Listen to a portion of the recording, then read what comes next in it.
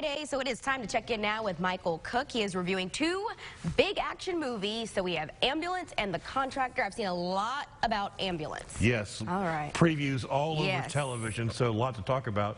This is a new Michael Bay movie. He's the director of Transformers, Armageddon, and the such. So, of course, with him, the director, you can expect a lot of thrills, spills, explosions, and so on.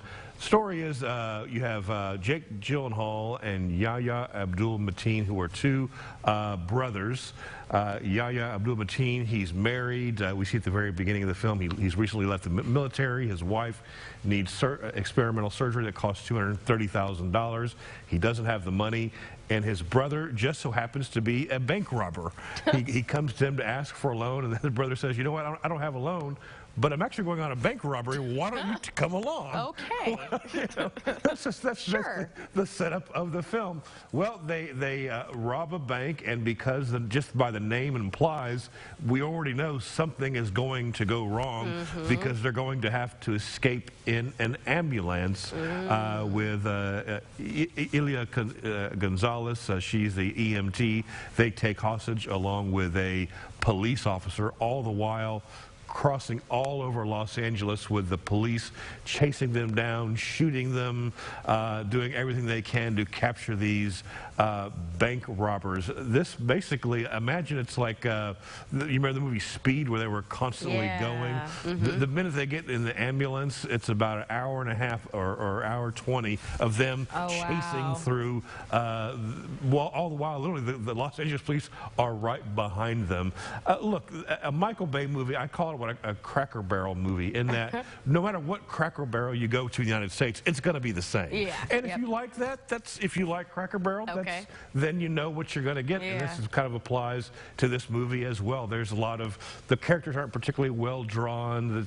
There's some just ridiculous plot points. They're actually trying to do take out somebody's spleen in the back of the ambulance as it's speeding along. That's just so again, that's when you know it's over the top. So all in all, I give this sort of a mixed reviews. I enjoyed the thrill rides and the fast pace. It got ridiculous, over the top at times, but I took it for what it was, which is why the score I give it a 7 out of 10. That's higher than I thought. A little higher, you know, just because it's just you have to give it some credit for all the thrills of the ambulance chase, as it were. Okay. All right. The next one. Next one to talk about is called The Contractor. This is just opened up at theaters. It stars Chris Pine. Funny enough, his character, like the last one, recently he's actually kicked out of the military, wrongfully so, and he also is short of bills and short of money to support his wife and son.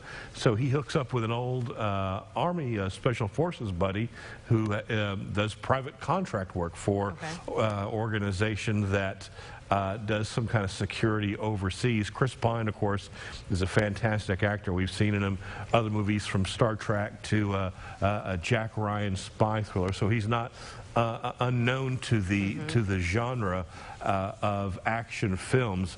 The problem with this movie, first of all, it's an action movie, but for the first 30-40 minutes, there's no action. I would say this doesn't look like action. Yeah, it's just him. He's moping around. He has no money.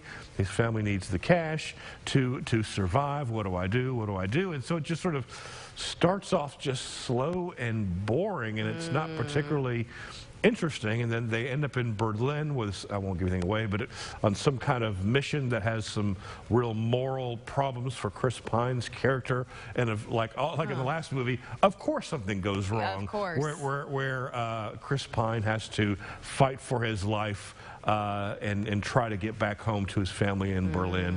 The action in this movie wasn't that particularly great. The storyline was slow and plotting. There were, you know, I'm not a screenwriter, but I can just detect the holes in this movie. Like, what's you forgot to do this, and what's going on here? So this is not a particularly interesting movie. It's playing at theaters. You can also rent it on Amazon Prime for $20. But save your money. Save your money. Save your time. All in all, I give this movie a 4.5 out of 10. 4.5 out of 10. So just not worth your time. So I've saved you an hour 45 minutes of your life, I think. Appreciate it. All right. All right. Thanks so much for joining us this week. All right. We'll check in with Rance.